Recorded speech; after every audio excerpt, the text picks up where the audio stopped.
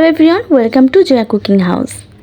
আশা করি সবাই ভালো আছেন। আজ আমি আপনাদেরকে নতুন একটা রেসিপি করে দেখাবো।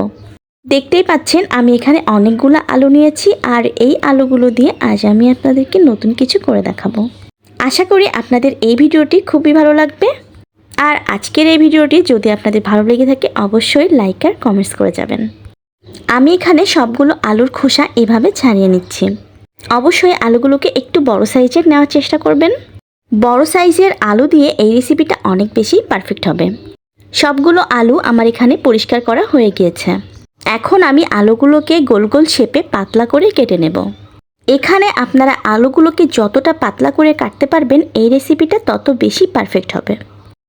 আপনারা দেখতেই পাচ্ছেন আমার এখানে প্রত্যেকটা আলু গোল গোল শেপে কাটা হয়ে গিয়েছে।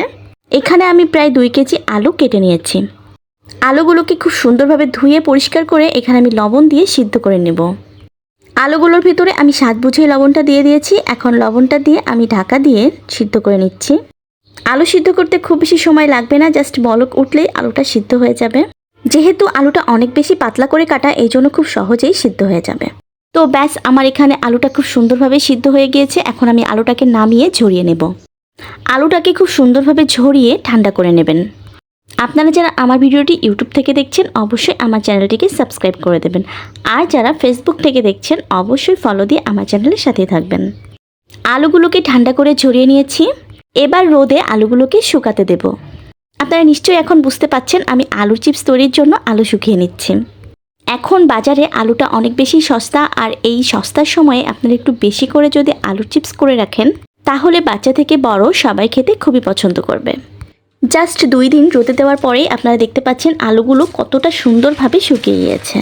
আমি এখানে অরিজিনাল সাউন্ডটাই রেখেছি আপনারা যেন বুঝতে পারেন এটা কতটা চমৎকারভাবে শুকিয়েছে। এখন আমি আপনাদেরকে আলুর চিপসগুলো গরম তেলে ভেজে দেখাচ্ছি। এতটা পারফেক্টভাবে যে আলুর চিপস বানানো যায় আপনারা যদি না বানান তাহলে এটা বুঝতেই পারবেন না। আপনারা দেখতেই পাচ্ছেন গরম তেলের ভেতরে আলুর চিপসগুলো কতটা সুন্দরভাবে ভেসে উঠেছে। আর এই চিপসগুলো ভাজতে খুব বেশি সময়ও লাগে না, ঝটপট এটা ভেজে নেওয়া যায়। আমরা সবসময় চেষ্টা করি বাচ্চাদেরকে বাইরে থেকে চিপস কিনে খাওয়াতে। দোকানের চিপসগুলো খেতে টেস্টি হলেও এটা স্বাস্থ্যের জন্য কিন্তু খুব বেশি ভালো না।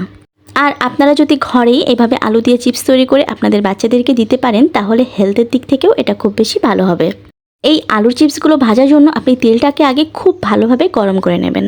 হাই হিটে তেলটা গরম হয়ে আসলে তারপরে মিডিয়াম হিটে আলুর চিপসগুলোকে ভেজে নেবেন। এভাবে জালটা মেনটেন করে আপনারা যদি চিপসগুলোকে ভাজেন তাহলে খুব পারফেক্টভাবে চিপসগুলো রেডি হয়ে যাবে। এখানে আপনারা দেখতেই পাচ্ছেন আমি অনেকগুলো চিপস ভেজে নিয়েছি। এই চিপসগুলো বাচ্চা থেকে বড় সবারই খুবই পছন্দের। আর সন্ধ্যার টেবিলে এই চিপসটা অবশ্যই টেবিলে রাখবো। আলুর চিপসের স্বাদ বানানোর জন্য আমি এখানে একটু ম্যাগি মশলা চিপসের উপরে ছিটিয়ে দিচ্ছি। চিপসের উপরে যদি আপনারা ম্যাগি মশলা এভাবে ছিটিয়ে দেন এর টেস্টটা কিন্তু অসাধারণ আসে। আপনারা নিশ্চয়ই আলুর চিপসের আওয়াজটা পাচ্ছেন কতটা মচমচা হয়েছে দেখুন চিপসগুলো। তো এখানে আমার আলুর চিপসে মশলাটাও মেশানো হয়ে গিয়েছে। এখন আমি এটা পরিবেশন করব। কি বলবো, এই চিপসটা নাস্তার টেবিলে পেয়ে সবাই তো অনেক বেশি খুশি হয়ে গিয়েছে। আপনারা অবশ্যই আপনাদের বাচ্চাদেরকে আলু দিয়ে এই চিপসটা রেডি করে দেবেন। দেখবেন আপনাদের পরিবারের সবাই খুব বেশি পছন্দ করবে এই চিপসগুলো। সন্ধ্যার টেবিলে স্ন্যাক্স হিসেবে এই চিপসগুলো কিন্তু অনেক বেশি টেস্টি। সবাই ভালো থাকবেন। আজ এই পর্যন্ত। Please like, share and comment my video. Thank you everyone.